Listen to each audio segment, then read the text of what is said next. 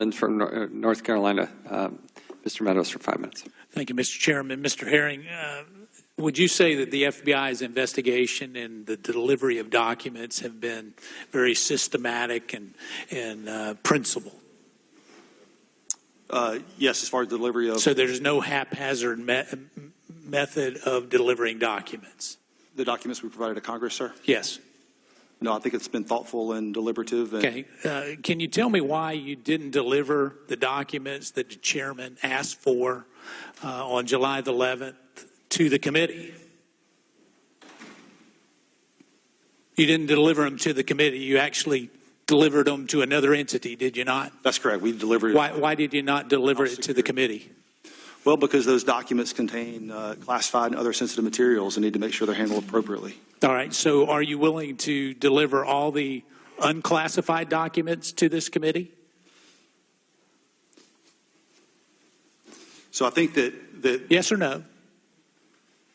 Because you can't have the first statement without the second statement. If the reason you sent it there was because it was classified, are you willing to give all the unclassified documents to this committee? So the documents that we yes or no? We will give so we've given certain documents to the committee already. Yes or no? It is a real simple question. Will you give all the unclassified documents to this committee, since the reason that you gave them to somebody else was that there was classified documents? So the documents... Yes or no? The documents have restrictions on them. And yes or no? Why would they have... Who placed the restrictions? You? No. FBI? Yes. So the answer is you place restrictions, so you're not going to give the unclassified documents to this committee. So we've given this committee access to all the documents through... That's not the question. It's a great answer to a question I didn't ask. Are you willing to give the unclassified documents to this committee? All I can do is tell you that I'll take it back. All right. So let me ask you another question, because you said that it was systematic. I went to the classified room, and there's two big binders there. One binder had some documents.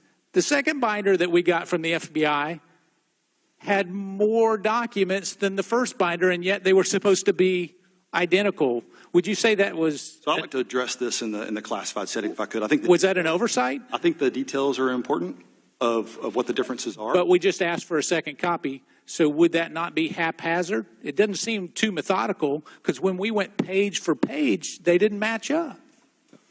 So who made the decision to give us a different set? I'd like to address that in the closed session, please. Well, let me just say this. There was 27 new emails. There was a number of different types of information that didn't seem to go, and I don't want to share anything classified. So you admit that the first set and the second set were not identical. They were not identical. There were some differences. Okay. So what were the non-classification agency equities that prevented the initial disclosure of the 27 emails that we got in the second batch? Again, classified session. I prefer to discuss. Were all of those from one agency? I would prefer to address it outside of the setting. Okay, I understand that all of those were from one agency. Is that correct? Look, the whole issue is sort of the handling of classified information. So what was the agency? I don't want to get into that here in this setting. I'm happy to answer your question. Well, I have one of the emails that was withheld that said that it was later marked unclassified /CIA use only. So was that your justification for withholding it? I'm sorry, I'm not sure I understand. Well, it said unclassified CIA only. So, Mr. Higgins, let me come to you. Did you read those emails that were in the second batch? Sir, I'd prefer to answer any questions about the classification review in a closed setting. All right. So no reason why they were withheld? I'd prefer to answer any questions about the classification review in a closed setting. So I understand you're asking for those documents back. Is that correct? That's not classified. Are you asking for them back? Sir, I'd prefer in a closed session to answer any questions about the classification review. All right. Did Director Brennan talk to you about that, Mr. Higgins?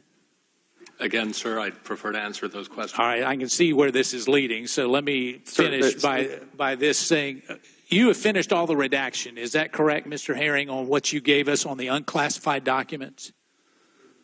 The redaction, the copies that we got to see on those unclassified documents, are the redactions done? For the ones that you all have? Yes. They're All not right. necessarily. So will you comply with the federal law to release those in 20 days according to FOIA law? I'll yield back. Sorry, what was the gentleman's answer? What was your answer to that question? The redactions are completed for the ones that are here with Congress, the ones we've released. We're working on the remaining 302s. The PII redactions for the remaining 302s are all in process. Well, what I believe Mr. Meadows is asking is that under FOIA, there's a 20-day requirement to respond to a FOIA request. Now that we know that they're all done, will you release those within the 20-day time frame? So I'm not a FOIA guy. They're not all completed for the other 302s. Are there any that are completed? I'm sorry? Are there any that are completed? I don't know the status. I don't know the status of all the We'll go into that tomorrow. We've gone past our time. Let's now recognize the gentleman from Pennsylvania.